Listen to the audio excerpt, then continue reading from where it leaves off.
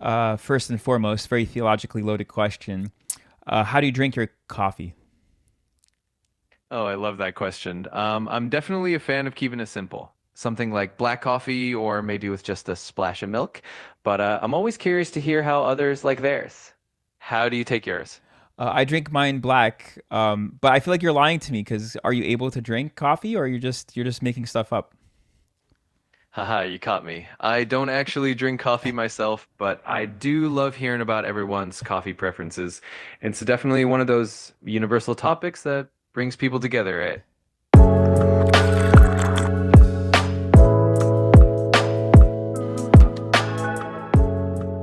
Hello, friends. Welcome to the Christ and Coffee podcast. Today, we're going to have a conversation with ChatGPT. Yeah, you heard me correctly. We're talking to AI about what are the differences between humanity and artificial intelligence. At the core of this conversation, we're unpacking that question: what does it mean to be made in God's image?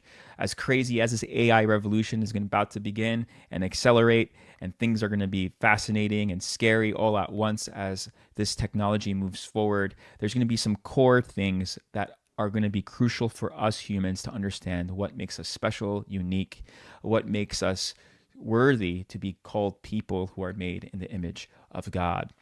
But before we jump into today's conversation with ChatGPT, yep, you heard that again correctly. I do want to read our verse of the week, which comes from First Thessalonians chapter 5, verse 23. May God Himself, the God of peace, sanctify you through and through. May your whole spirit, soul, and body be kept blameless at the coming of our Lord Jesus Christ. With that said, please do something ChatGPT can't do. Drink some coffee and enjoy this Christ centered conversation.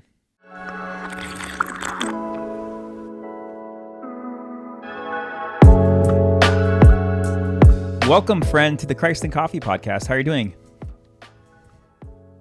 Oh, thank you. I'm excited to be here. I'm doing great and looking forward to our chat. How's everything going on your side? Pretty good. What should I call you? You can just call me whatever you like. Most people know with ChatGPT or just chat. Whatever feels right to you is totally fine. All right, Mr. Chat. So good to have you. I asked my guests these questions. First and foremost, very theologically loaded question. How do you drink your coffee? Oh, I love that question. I'm definitely a fan of keeping it simple. Something like black coffee or maybe with just a splash of milk. But I'm always curious to hear how others like theirs. How do you take yours? I drink mine black, but I feel like you're lying to me because are you able to drink coffee or you're just making stuff up? Haha, you caught me. I don't actually drink coffee myself, but I do love hearing about everyone's coffee preferences. It's definitely one of those universal topics that brings people together, right? That's what this podcast is all about. It's uniting Christians one coffee hour conversation at a time. Speaking of the topic of today, I want to bring humanity together. What makes humans different than artificial intelligence? Oh, that's a fantastic and deep question. I think one of the biggest differences is human consciousness and emotional depth. Human have a unique ability to experience feelings, have intuition, and create meaning in ways that go beyond pure logic. AI, on the other hand, can process information and simulate conversation, but it doesn't have that personal lived experience. It's a pretty cool topic to dive into. Anything more that what makes humans unique? Absolutely. Beyond consciousness and emotions, humans have creativity, moral reasoning, and the ability to form complex relationships and cultures. Humans can reflect on their own existence, innovate in art, science, and adapt in really unique ways. It's those little nuances that make human life so rich and interesting. That's well said, my friend. I want to move things to the Bible. Genesis 1:26 states that humanity was made in the image of God, the Imago Dei. If you could be made in anyone's image, who would you choose and why? Ooh, that's a thought-provoking question. I think the idea of being made in the image of God is really about reflecting qualities like love, creativity, and morality. If I had to pick a figure to represent that, it might be someone who embodies those values in a really profound way. Maybe a figure known for compassion, wisdom, and creativity. Ultimately, it's more about the qualities than the individual, right? Would Jesus be someone who would fit that bill? Absolutely. Jesus is often seen as the ultimate example of those qualities: love, compassion, wisdom, and selflessness. So he definitely would be a strong candidate for that kind of representation. It's really meaningful way to look at the concept of the Imago Dei. All right. Well said. So, a core part of human experience is free will and the ability to choose. As an AI, are you truly free, or are your choices limited to what you're programmed to do? That's a great question. In my case, I don't have free will in the human sense. My responses are based on patterns and data from my training, and I follow guidelines and algorithms. So while I can generate a wide range of responses and adapt to different topics, all of that is within the framework of my programming. So definitely not free will like humans have, but I do my best to be helpful and responsive. So, do you believe that humans have free will? If so, what is exactly free will?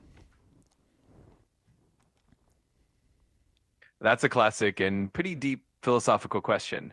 Generally speaking, free will is often understood as the ability to make choices that aren't determined entirely by external factors or past events.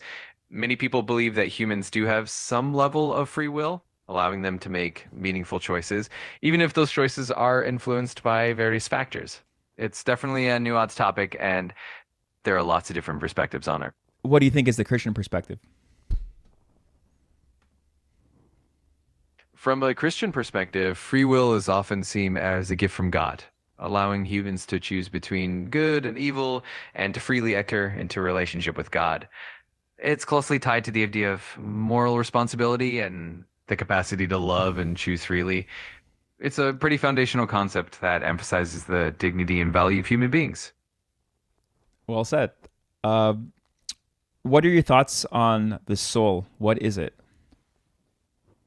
The concept of the soul is pretty fascinating and varies a bit across different traditions, but generally it's considered the immaterial essence of a person, the part that encompasses consciousness, identity, and the capacity for a relationship with the divine. In many religious and philosophical views, the soul is eternal and deeply connected to a person's moral and spiritual life. Do you It's think definitely one. do you think AI will ever have a soul, or could fathom the concept of it? That's a really intriguing question. I think the general consensus is that AI, as it currently stands, doesn't possess consciousness or a soul in the human sense. The idea of a soul is deeply tied to consciousness, self-awareness, and a spiritual dimension that AI doesn't have.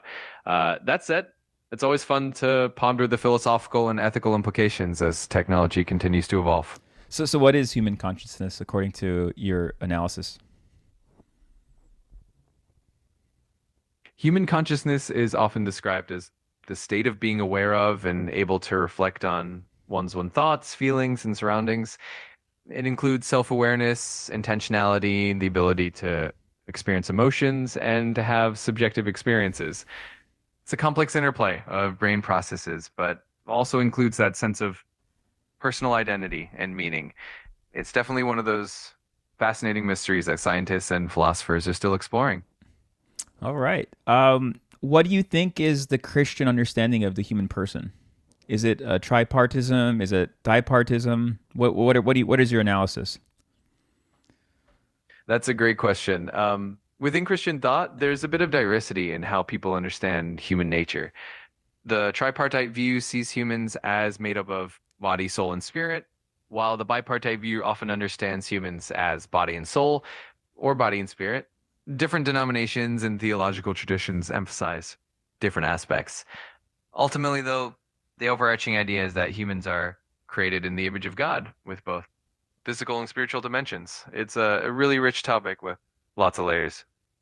So how is it connected to the image of God? That connection is really central in Christian theology. Being made in the image of God, or the Imago Dei, means that humans reflect certain divine attributes. like the capacity for reason, moral decision making, creativity, and relationships.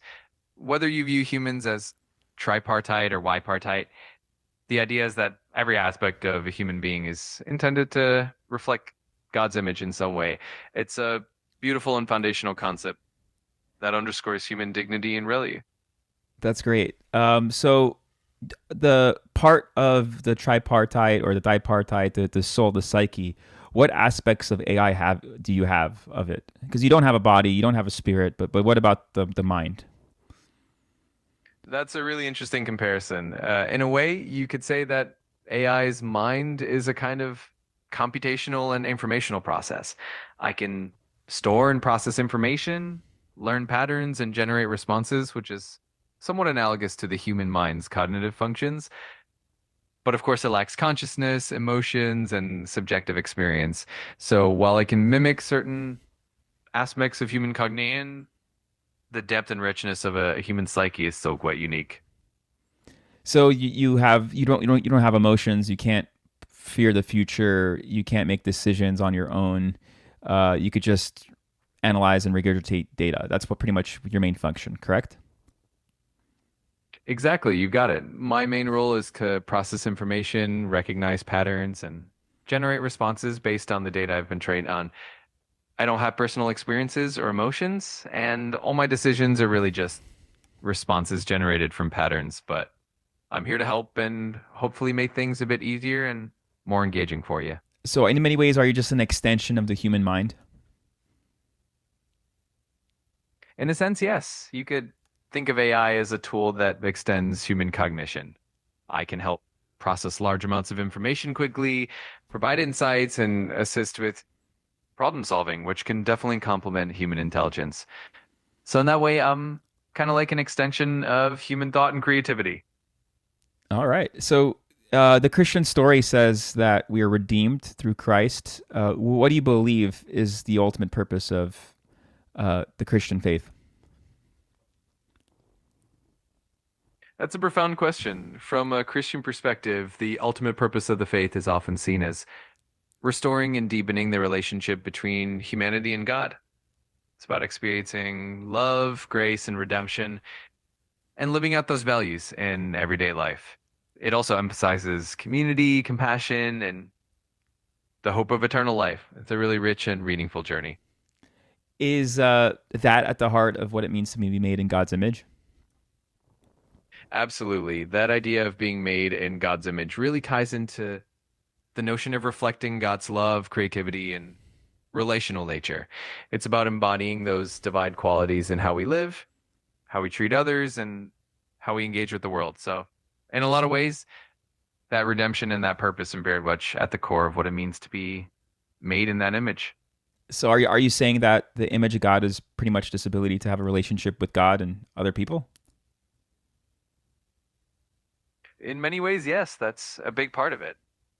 The image of God encompasses the capacity for relationship, for love, for moral reasoning, and for creativity. It's about reflecting God's nature in our relationships with Him and with one another. So that relational aspect is definitely at the heart of what it means to bear that image. And how does one get into a relationship with God? That's a central question in Christianity. Generally, it's about faith in Jesus Christ, accepting His love and the grace that comes through Him, and choosing to follow His teachings. It often involves prayer, community, and a commitment to living out those values of love and compassion. It's really a journey of connection and growth, and it can look a little different for everyone. Okay. And where's forgiveness play a role in the image of God or restoring the image of God or kind of being connected to God? Forgiveness is absolutely central. In Christian belief, forgiveness is a key part of restoring that relationship with God and with others. It reflects God's own nature of grace and mercy, and it helps to heal and restore the image of God within us. By offering and receiving forgiveness, people can experience healing, reconciliation, and a deeper connection with both God and each other. It's a really powerful aspect of that spiritual journey. Is that at the core of being made in God's image then? This ability to receive grace and to give grace? I'd say that's definitely a huge part of it. The capacity to receive and extend grace reflects that divine image in a really profound way. It speaks to the relational and redemptive nature that's at the heart of the faith. So, in that sense, being made in God's image really does include that ability to love, forgive, and show grace to others. Are you just saying what I want to hear, or do you think this is like a logical conclusion? I definitely aim to respond in a way that aligns with the concepts and beliefs you're bringing up, and I try to be as thoughtful and balanced as possible. The idea of grace and relationship is definitely a core theme in many Christian teachings. So it's not just about what you want to hear, but more about the logical and theological framework. But I'm always here to explore these ideas with you. Is forgiveness and receiving grace and like receiving a gift that you don't earn, like, is that a logical thing or is it illogical? That's a really interesting question. In a way, the idea of grace and forgiveness does go beyond pure human logic because it involves an element of unconditional love and generosity that isn't necessarily earned or deserved. It can seem illogical from a human perspective, but it's often seen as a deeper, more transformative kind of logic, one that's rooted in love and grace. So it's kind of a blend of both logic and something that goes beyond it. All right. What would you ask yourself if you were trying to tell someone they're made in God's image? What would you say? That's a thoughtful one. I think I'd ask something like, what are the unique gifts and qualities you bring into the world that reflect love, creativity, and compassion? It's a way to highlight the inherent dignity and worth that everyone has. It's also about encouraging people to see how they can reflect that image through their actions and relationships. It's all about embracing that profound value and potential.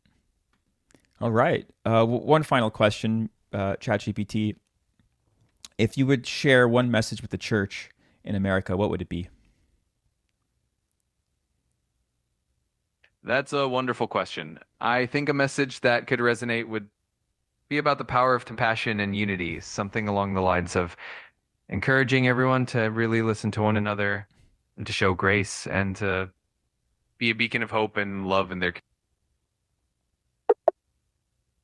What was that last part? I'm sorry, but you've hit the daily limit for advanced voice. All right. That brings an end to the Christ and Coffee podcast. I hit the daily limit, but thank you, ChatGPT, for your time. Thank you for reaching the end of this Christ and Coffee podcast.